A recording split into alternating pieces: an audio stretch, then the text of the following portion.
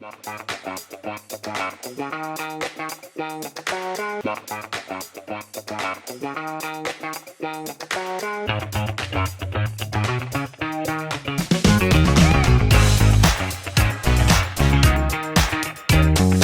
moi, c'est quelque chose d'extraordinaire parce qu'en fait, pour le locataire et pour le propriétaire, c'est quelque chose qui va être utile, sécurisant. Un historique, on a des données fiables, des données statistiques et on s'appuie sur autre chose que simplement de la subjectivité. On est sur quelque chose d'objectif. Ça permet de trouver de bons locataires sans a priori. Garantit que le dossier de la personne est très sain et qu'il n'y a jamais eu de problème de loyer impayé ou de dégradation.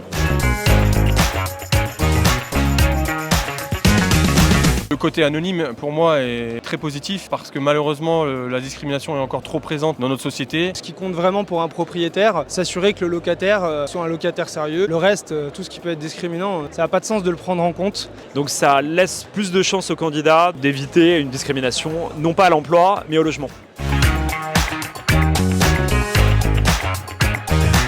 L'anonymat et la sécurité, c'est les deux piliers, je pense, pour eux. Et c'est ce qui fait que Goodlease a énormément de valeur. Donner un exemple concret, si c'est un noir, il va avoir plus de difficultés à louer aujourd'hui sur le marché au moment où je parle que quelqu'un, il s'appelle Jean-François et qui est blanc sur le marché. Ça permet d'éviter que son relevé d'identité locative soit utilisé à d'autres fins que celui initial. Un locataire qui pourrait être intéressé par un logement pourrait se voir refuser l'accès à un logement parce qu'il n'a pas été suffisamment réactif sur la transmission des informations, des documents.